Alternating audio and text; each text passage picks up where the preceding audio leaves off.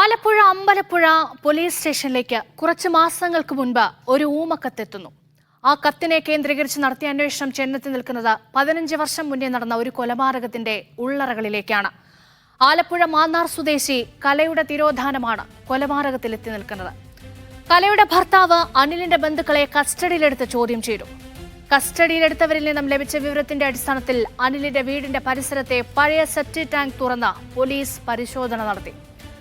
കാണാനാകുമ്പോൾ കലയുടെ പ്രായം 20 വയസ്സായിരുന്നു. കലയെ കൊലപ്പെടുത്തിയ ശേഷം സെപ്റ്റിക് ടാങ്കിൽ കലയുടെ മൃതദേഹം മറവ് ചെയ്തു എന്നാണ് വിവരം. മൃതദേഹത്തിന്റെ അവശിഷ്ടങ്ങൾ എന്ന് സംശയിക്കുന്ന വസ്തുക്കൾ സെപ്റ്റിക് ടാങ്കിൽ നിന്ന് ലഭിച്ചിരിക്കുന്നു. സ്ത്രീകൾ മുടിയിലിടുന്ന ക്ലിപ്പ്, സ്ത്രീകൾ ഉപയോഗിക്കുന്ന അടിവസ്ത്രത്തിന്റെ ഇലാസ്റ്റിക് എന്നിവ ലഭിച്ചിട്ടുണ്ട്. 15 വർഷം പിന്നിട്ടതിനാൽ ചെറിയ അവശിഷ്ടം മാത്രമേ ലഭിക്കൂവെന്ന് ഫോറൻസിക് സംഘം സംശയിക്കുന്നു. വിശദമായ പരിശോധനകൾ തുടരുകയാണ്. സംഭവത്തിൽ ഭർത്താവ് അനിലിനും പങ്കുള്ളതായി പോലീസ് സംശയിക്കുന്നു. കലയെ കാണാതായപ്പോൾ മാതാപിതാക്കളും പരാതി നൽകിയിരുന്നില്ല. കല കൊച്ചിയിൽ ജോലിക്ക് പോയി എന്ന നിഗമനത്തിലായിരുന്നു കുടുംബം. കല മറ്റൊരാൾക്കൊപ്പം പോയെന്നായിരുന്നു കാണാതായ ശേഷം അനിലും പറഞ്ഞിരുന്നത്. എന്നാൽ കൊലപാതകമാണെന്ന വെളിപ്പെടുത്തൽ വന്നതോടെയാണ് പോലീസ് ഇദ്ദേഹത്തെയും സംശയിക്കുന്നത്. ഇസ്രയേലിൽ ജോലി ചെയ്യുന്ന അനിലിനോട് എത്രയും വേഗം നാട്ടിലെത്താൻ പോലീസ് ആവശ്യപ്പെട്ടിട്ടുണ്ട്. അനിലിന്റെ ആദ്യ ഭാര്യയായിരുന്നു കല. ഇരുവരും 2 ജാതിയിൽപ്പെട്ടവരായിരുന്നു. വീട്ടുകാരുടെ എതിർപ്പ് മറികടന്നായിരുന്നു ഇവരുടെ വിവാഹം. ഇതോടെ കലയുടെ ബന്ധുക്കൾ ഇവരുമായി ബന്ധമറുത്തു. പിന്നീട് കലയെ കാണാതായപ്പോൾ അവർ മക്കളെയും തന്നെയും ഉപേക്ഷിച്ച മറ്റൊരാൾക്കൊപ്പം പോയെന്നാണ് ഭർത്താവ് അനിൽ പറഞ്ഞത്. നാട്ടുകാരോ ബന്ധുക്കളോ പോലീസോ പോലും കാര്യമായ അന്വേഷണം നടത്തിയില്ല. പിന്നീട് അനിലിന്റെ മാന്നാറിലെ വീട് പുതുക്കിപ്പണിതു. പുനർവിവാഹിതനായ അനിൽ ഇസ്രയേലിലേക്ക് ജോലിക്ക് പോയി. ഈ കല എന്ന് പറയുന്ന സ്ത്രീ മർഡർ ചെയ്യപ്പെട്ടു എന്നുള്ളതാണ് നമ്മളിപ്പോൾ വിശ്വസിക്കുന്നത്. അപ്പോൾ അവരുടെ ബോഡി ഇവിടെയുള്ള അവരുടെ ഹസ്ബൻഡായിരുന്ന അനിൽ എന്ന് പറഞ്ഞ ആളുടെ വീടിന്റെ സെപ്റ്റിക് ടാങ്കിലാണ് ഇട്ടേക്കുന്നുള്ള ഒരു ഇൻഫർമേഷൻ ബേസിലാണ് നമ്മളിന്ന് സെപ്റ്റിക് ടാങ്ക് സെർച്ച് ചെയ്തത്. അപ്പം ഇതിന്റെ ഭാഗമായിട്ടുള്ള ഇൻവെസ്റ്റിഗേഷൻ വളരെ പ്രിലിമിനറി സ്റ്റേജിലാണിപ്പം. അപ്പോൾ നമ്മളിപ്പോൾ FIR ഇടുന്നുണ്ട് മർഡർ കേസിന്. ബാക്കിയുള്ള ഇൻവെസ്റ്റിഗേഷൻ ഫർദർ പ്രൊസീഡ് ചെയ്യുന്ന അനുസരിച്ചിട്ട് ഫർദറായിട്ട് ഇൻഫർമേഷൻ എല്ലാവരുമായിട്ട് ഷെയർ ചെയ്യുന്നതായിരിക്കും. ഇപ്പോൾ 5 പേരാണുള്ളത്. അപ്പോൾ അവരെ ഈ മിസ്സിംഗുമായിട്ട് ബന്ധപ്പെട്ട് ചോദ്യം ചെയ്യാനായിട്ടാണ് കസ്റ്റഡി എടുത്തത്. 5 പേരാണോ മാഡം? അതെ, 5 പേരാണ്. ഇല്ല, അത്രയും ഡീറ്റെയിൽസ് ഒന്നും നമുക്കിപ്പം സ്ഥിരീകരിച്ച് പറയാൻ മാത്രമായിട്ടില്ല.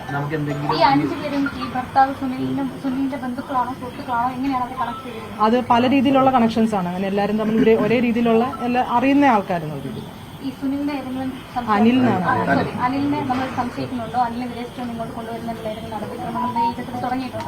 നമ്മൾ സംശയിക്കുന്നുണ്ട്. പിന്നെ അയാളെ അവിടെ നിന്ന് കൊണ്ടുവരുന്ന നടപടികൾ തുടങ്ങിയിട്ടുണ്ട്.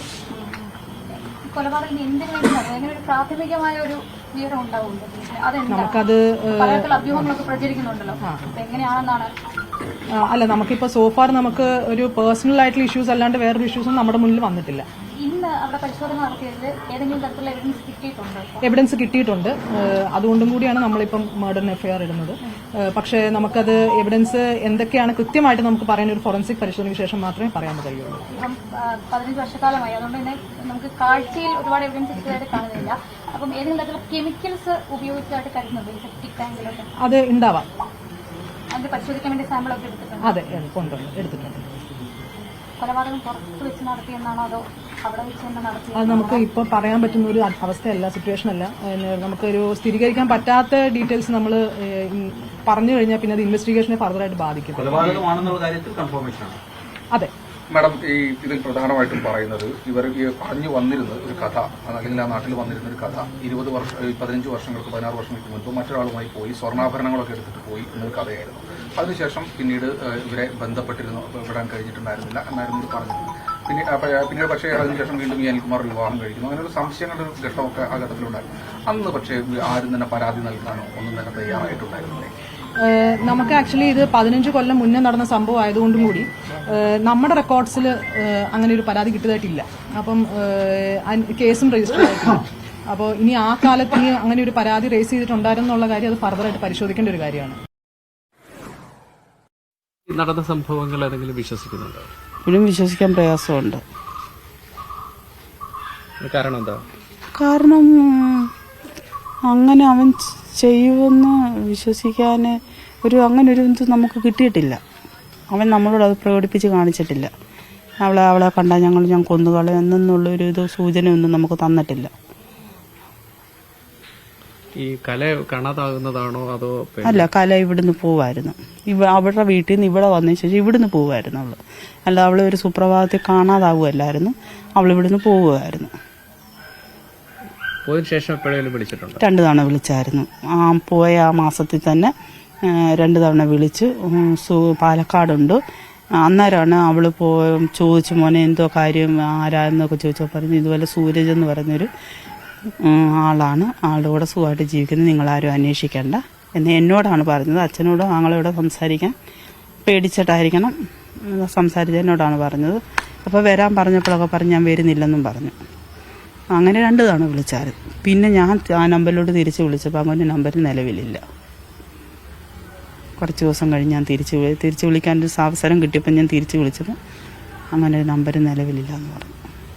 പിന്നെ ഈ മരിച്ചത് ഇപ്പോഴാണല്ലോ അറിയുന്നത്? ഇപ്പം ഇന്ന് ഉച്ചയ്ക്കാണ് ഇങ്ങനെയൊക്കെ വാർത്ത. ഞാനിവിടെ ഇല്ലായിരുന്നു, ജോലിക്ക് പോയേക്കായിരുന്നു. അപ്പോഴാണ് ഇവിടെ വരുമ്പോഴാണ് ഈ ഐക്കര ജംഗ്ഷനിൽ അവിടെ ഇങ്ങോട്ട് വരുമ്പോൾ ഓരോരുത്തർ ചോദിക്കുന്നു, ശോഭ ഇങ്ങനെ കാര്യങ്ങൾ അറിഞ്ഞില്ലെന്ന് ചോദിക്കുമ്പോഴാണ് ഇങ്ങനെയൊക്കെ ഇവർ പറഞ്ഞെന്നും ഒക്കെ നമ്മൾ അറിയുന്നത്. ഇത് അനിൽ ചെയ്തോ അല്ലെങ്കിൽ അവരുടെ ബന്ധുക്കൾ ചെയ്തെന്നൊക്കെ തോന്നുന്നുണ്ടോ? തോന്നുന്നുണ്ടോ എന്ന് ചോദിച്ചാൽ ഇപ്പം അവർ തന്നെ പറയുമ്പം എന്തുവാണെന്നറിയത്തില്ല. ഇന്ന് ഉച്ച വരെ അല്ല രാവിലെ വരെ അങ്ങനെ തോന്നലില്ലായിരുന്നു അവർ ചെയ്യുമെന്നുള്ളത്. ചെയ്തിട്ടുണ്ടെന്ന്. പക്ഷെ ഇപ്പം അവർ തന്നെ പറഞ്ഞെന്നാണല്ലോ പറയുന്നത്, അവരിങ്ങനെ ചെയ്തെന്ന്. ഇതാരാണ് ഇത് കേസ് കൊടുത്തതെന്ന് ഇതിനെ പറ്റി ഒന്നും ഞങ്ങൾക്ക് അറിയത്തില്ല. മറ്റൊരാളുമായി ഒളിച്ചോടുന്നതിന് അനിലുമായി ഏതെങ്കിലും തരത്തിലുള്ള ഇല്ല, അവൻ ഇവിടെ ഇല്ല സ്ഥലത്ത്. അവൻ അന്നേരം ഗൾഫിലായിരുന്നു. അവള് പോയതിൻ്റെ 2-3 ദിവസം കഴിഞ്ഞാണ് അവൻ നാട്ടിൽ വരുന്നത്. വിവരം അറിഞ്ഞ് അവർ വരുത്തി. അന്നേരം ഞങ്ങൾ ഒരു തവണ കണ്ടായിരുന്നു അവനെ. അപ്പോൾ അവൻ ഒരുപാട് സങ്കടത്തോടെ അവന് പറഞ്ഞത് അവളെന്നോട് അങ്ങനെ ചെയ്തല്ലോ എന്നുള്ള. അന്നേരം പോലും അവൻ ഇങ്ങനെ പറഞ്ഞിട്ടില്ല, അവളെ എന്തെങ്കിലും കാണുമ്പോൾ അങ്ങനെ ചെയ്യുമെന്ന് ഇങ്ങനെയൊന്നും പറഞ്ഞില്ല. പക്ഷെ ഏകദേശം ഒരു 15 ദിവസം കഴിഞ്ഞുടനെ അവൻ്റെ കല്യാണം കഴിഞ്ഞു. 2ാമത് കല്യാണം കഴിച്ചു. അപ്പോൾ ഒരു വിഷമം. കലയും പിന്നെ അനിലും തമ്മിൽ അങ്ങനെ നിങ്ങളുടെ അറിയില്ല. അങ്ങനെ ഒരു പ്രശ്നം ഉണ്ടാകാനുള്ള ഉടക്കമൊന്നുമില്ല. സാധാരണ ഒരു ഭർത്താവ് ഉള്ളപ്പോൾ അതോ അവരിവിടെ നിൽക്കുന്ന സമയത്ത് അങ്ങനെ ഇല്ല, അങ്ങനെ എടുത്തു പറയത്തക്ക ഒരു പ്രശ്നങ്ങളൊന്നും ഇല്ല. ഇവരുടെ ബന്ധുക്കൾക്ക് പോലും ഇതിനെക്കുറിച്ച് കൃത്യമായ അറിവില്ലായിരുന്നു എന്നാണ് ഈ പ്രതികരണങ്ങളിൽ നിന്ന് വ്യക്തമാകുന്നത്. എന്താണെങ്കിലും 15 വർഷങ്ങൾക്കിപ്പുറമാണ് ഈ കൊലപാതകത്തിന്റെ ചുരുളഴിയുന്നത്. ഒരു സിനിമാ കഥയുടെ തിരക്കഥയെ വെല്ലുന്ന ടെസ്റ്റുകളാണ് ഇപ്പോൾ സംഭവിക്കുന്നത്. കൂടുതൽ വിവരങ്ങൾ നമുക്ക് യു ഷൈജുവിൽ നിന്ന് അറിയാം. സിനിമാ കഥ പോലെ ഒരു പോലീസ് കഥ. അതാണ് ആലപ്പുഴ മാന്നാർ ഇരമത്തൂരിൽ ഇന്ന് സംഭവിച്ച കഥയുടെ ചുരുക്കം. ഏതാണ്ട് 15-18 വർഷങ്ങൾക്ക് മുമ്പ് നടന്ന ഒരു സംഭവം. കല എന്ന ഒരു ചെറുപ്പക്കാരി വീട് വിട്ട് പുറത്തു പോകുന്നു. തിരോധാനം സംഭവിച്ചു എന്ന് പോലീസിന് പരാതി ലഭിക്കുന്നു. ആ പരാതി അന്വേഷിച്ച് അവിടെ അവസാനിക്കുന്നു. ഇന്ന് 2024 ജൂലൈ മാസം 2-ാം തീയതിയാകുമ്പോൾ മറ്റൊരു ഞെട്ടിപ്പിക്കുന്ന കാര്യം പുറത്തേക്ക് വരുന്നു. അതായത് ഏകദേശം 1 മാസമോ 2 മാസങ്ങൾക്കോ മുമ്പ് ജില്ലാ പോലീസ് മേധാവി ചൈത്ര തെരേസ ജോണിന് ഒരു ഊമക്കത്ത് ലഭിക്കുന്നു. ഊമക്കത്തിൽ കലയുടെ മരണം കൊലപാതകമാണ് എന്ന് സൂചിപ്പിക്കുന്ന വ്യക്തമാക്കുന്ന കാര്യം പറഞ്ഞുകൊണ്ടാണ്.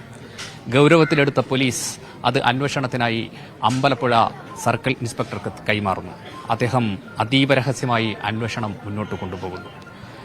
കൊലപാതകമാണ് എന്ന് ഏറെക്കുറെ ഉറപ്പാക്കുന്നു ബന്ധുക്കളായ, അതായത് കലയുടെ ഭർത്താവായിരുന്ന അനിൽകുമാറിന്റെ ബന്ധുക്കളായ 5 പേരെ കസ്റ്റഡിയിലെടുക്കുന്നു. വിശദമായി ചോദ്യം ചെയ്യുന്നു. ഒടുവിൽ അനിൽകുമാറിന്റെ വീടിനോട് ചേർന്ന സെപ്റ്റി ടാങ്കിൽ കലയുടെ മൃതദേഹം ഉറപ്പിച്ചു എന്ന മൊഴി പോലീസിൽ ലഭിക്കുന്നു. ഈ മൊഴി ലഭിക്കുന്നതോടുകൂടി ഈ കേസിന്റെ ചുരുളിന്റെ പ്രധാനപ്പെട്ട ഒരു ഘട്ടത്തിലേക്ക് എത്തുന്നു. പിന്നീട് രഹസ്യ സ്വഭാവം വെച്ചു പുലർത്താൻ കഴിയാത്ത അവസ്ഥയിലേക്ക് പോലീസ് എത്തുന്നു. മൃതദേഹം കണ്ടെത്താനുള്ള ശ്രമം ആരംഭിക്കുന്നു. ഇന്ന് ഉച്ചയോടുകൂടി എല്ലാ സാങ്കേതിക പ്രശ്നങ്ങളും പരിഹരിച്ച്, അതായത് ഒരു മൃതദേഹം തുറന്ന് പരിശോധിക്കണമെങ്കിൽ ഇത് സ്വീകരിക്കേണ്ടുന്ന എല്ലാ ഘട്ടങ്ങളും വളരെ വേഗത്തിൽ തന്നെ തീർത്ത പോലീസ് ഇന്ന് ഈ വീട്ടുവളപ്പിലുള്ള സെപ്റ്റി ടാങ്കുകൾ 3 അഴിച്ച് ഇഴകീറി അരിച്ചു പെറുക്കി പരിശോധിക്കുന്നു.